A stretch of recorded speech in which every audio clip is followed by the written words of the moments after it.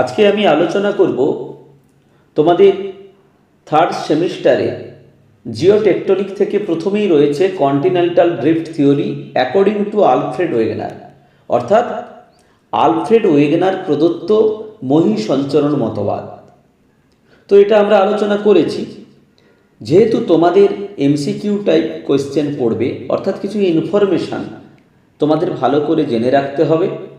অর্থাৎ এই মহীসঞ্চরণ মতবাদ যে টোটাল যে বিষয়টি, এই বিষয় থেকে যে যে জিনিসগুলো তোমাদের ভালো করে মনে রাখতে হবে, আমি এরকম কিছু তথ্য তোমাদের কাছে আজকে উপস্থাপন করছি এবং তোমরা সেগুলো মনে রাখার চেষ্টা করবে।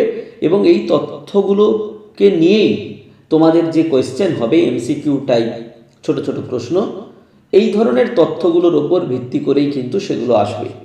আমি সেগুলো একে একে তোমাদের আলোচনা করছি, বলছি, তোমরা সেগুলো মনে রাখবে। একদম প্রথমে তোমাদের মনে রাখতে হবে মহীসঞ্চরণ মতবাদের প্রবক্তা কে। প্রবক্তা হলেন আলফ্রেড ওয়েগনার। দ্বিতীয়ত, কার্বনিফেরাস যুগের প্রথম দিকে সমস্ত মহাদেশগুলির একত্রিত রূপের নাম হলো প্যানজিয়া। অর্থাৎ ওয়েগনার যে প্যানজিয়ার কথা বলেছেন, সেই প্যানজিয়া হচ্ছে কার্বনিফেরাস যুগের প্রথমের দিকে সমস্ত মহাদেশগুলো যে একসাথে কেন্দ্রীভূত ছিল, সেই একত্রিত যে বিশাল মহাদেশ, তার নাম ছিল প্যানজিয়া। নেক্সট, প্যানজিয়ার ভাঙন কবে ঘটে? না, মেসোজৈক যুগে। আজ থেকে প্রায় 22 কোটি বছর আগে এই প্যানজিয়ার ভাঙন ঘটে। প্রথমে প্যানজিয়া ভাঙতে শুরু করে। এই প্যানজিয়ার চতুর্দিকে অর্থাৎ চারদিকে যে জলভাগ ছিল, যে বিশাল আকার মহাসাগর ছিল, ওয়েগনার তার নাম দিয়েছেন কি? প্যান্থালাসা।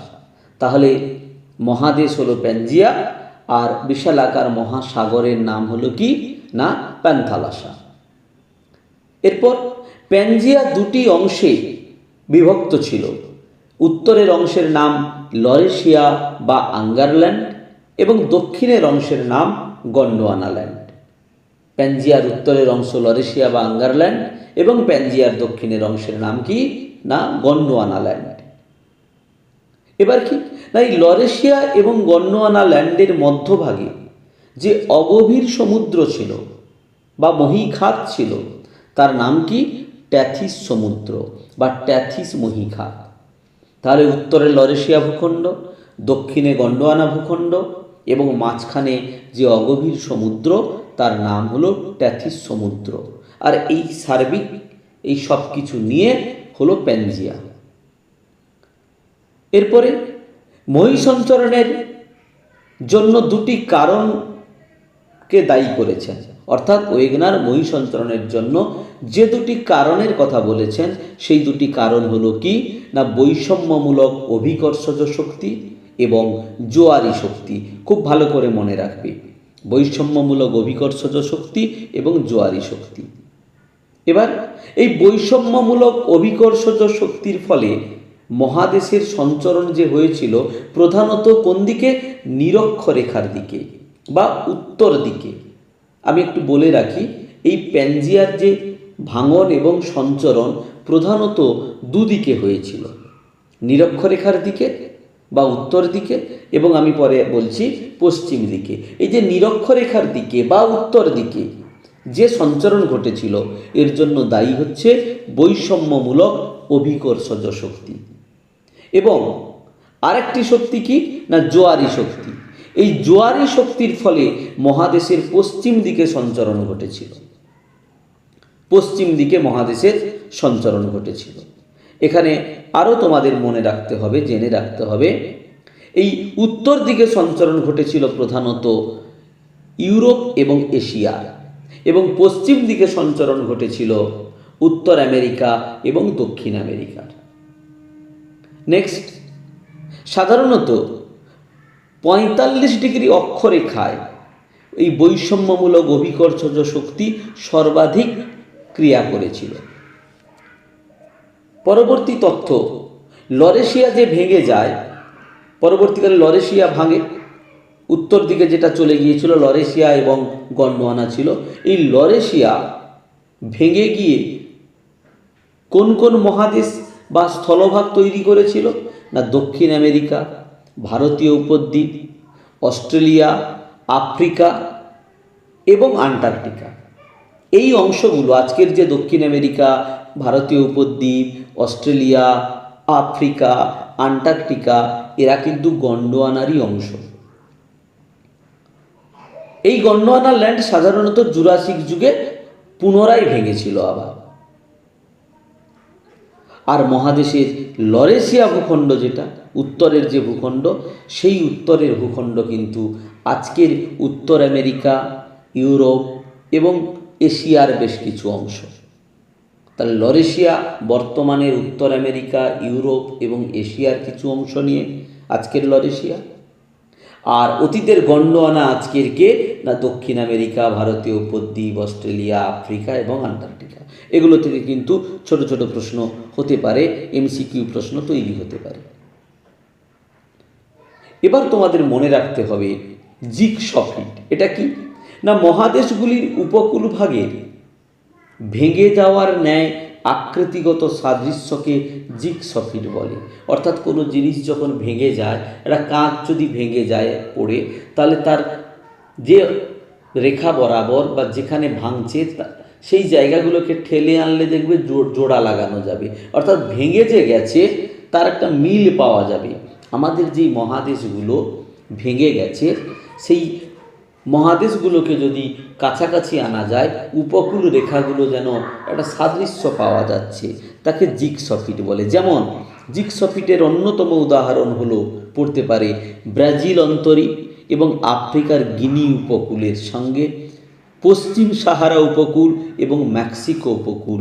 এই দেখো ছবিতে দেখাচ্ছি, মনে হচ্ছে যেন ভেঙে সরে গেছে। এদের মাঝখানে বর্তমানে আটলান্টিক মহাসাগর অবস্থান করছে।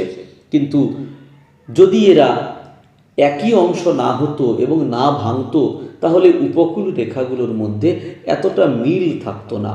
ওয়েগনার এই মিলগুলোকে জিগসফিট বলেছেন, মনে রাখবে। এবারে যে ওয়েগনার এই যে মহাদেশগুলো ভেঙে গিয়েছিল, আমি আলোচনা করেছি আগের ক্লাসে, সেই মহাদেশগুলো ভেঙে যাওয়ার ক্ষেত্রে নানান প্রমাণ দেখিয়েছিলেন। সেই প্রমাণগুলোর মধ্যে উল্লেখযোগ্য হচ্ছে বিভিন্ন জীবাশ্ম সংক্রান্ত প্রমাণ। সেই জীবাশ্ম সংক্রান্ত প্রমাণের মধ্যে যেগুলো তোমাদের তথ্যগুলো পড়ে রাখতে হবে, মনে রাখতে হবে, তার মধ্যে গ্লসপটেরিস নামে এক ধরনের জীবাশ্ম ছিল।